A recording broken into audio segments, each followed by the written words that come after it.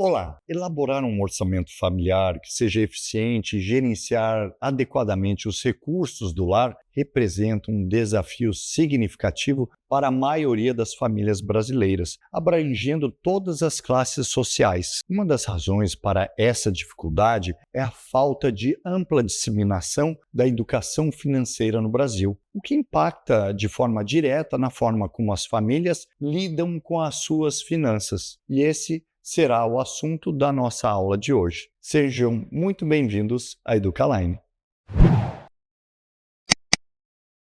A administração financeira é um aspecto essencial na gestão do lar. Isso se deve ao fato de que, regularmente, as famílias precisam lidar com diversas contas fixas, tais como as despesas com energia, internet, compras de supermercado, mensalidades escolares dos filhos e tantos outros custos recorrentes. Além desses gastos que são habituais, existem também as despesas anuais obrigatórias. É o caso de tributos como o Imposto sobre a Propriedade Predial e Territorial Urbana, o famoso IPTU, e o Imposto sobre a Propriedade de Veículos Automotores, o tal do IPVA. Junto a essas contas previsíveis e planejáveis, surgem despesas imprevistas. Situações como a necessidade de reparos na casa ou despesas com manutenção do carro são exemplos de custos que podem aparecer de forma inesperada. Mas, independentemente das despesas serem ou não programadas, é preciso estar preparado para qualquer circunstância. Assim, o orçamento familiar é a ferramenta que permite controlar as entradas e saídas de dinheiro de sua família, visando assim um equilíbrio que traga maior serenidade no cotidiano. Através dele, é possível compreender os recursos que estão disponíveis para a família e como estão sendo empregados no momento. O objetivo central é buscar estratégias mais eficientes para gerenciar as finanças e criar chances de aumentar o patrimônio familiar. Agora que já compreendemos um pouco o que é o orçamento familiar, faz sentido compará-lo ao planejamento financeiro pessoal. Não é verdade? Embora existam semelhanças entre esses dois conceitos, há também diferenças que são notáveis. Ambos os processos envolvem a organização financeira e a gestão de entradas e saídas do seu dinheiro. Contudo, o orçamento pessoal é focado exclusivamente nas finanças do indivíduo.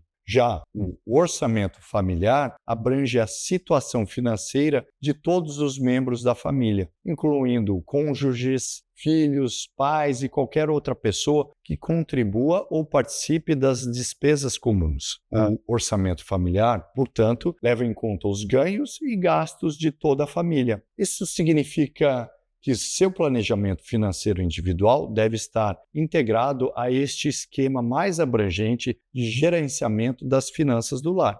Para ilustrar melhor, pense num casal recém-casado organizando as suas finanças. Além de planejarem os gastos com as despesas domésticas, eles também podem definir uma quantia para o uso individual de cada um ao longo do mês. Este é um exemplo de como o orçamento pessoal se encaixa no planejamento financeiro familiar. Quando essa organização é efetivamente estabelecida e acordada em conjunto, a família pode atingir um nível superior de controle sobre as suas finanças. Mas por que montar então um orçamento para a família é tão importante? No Brasil, infelizmente, é muito frequente encontrar famílias endividadas. De acordo com os dados divulgados em outubro de 2022, cerca de 80% das famílias brasileiras estavam endividadas. É isso mesmo, 80%.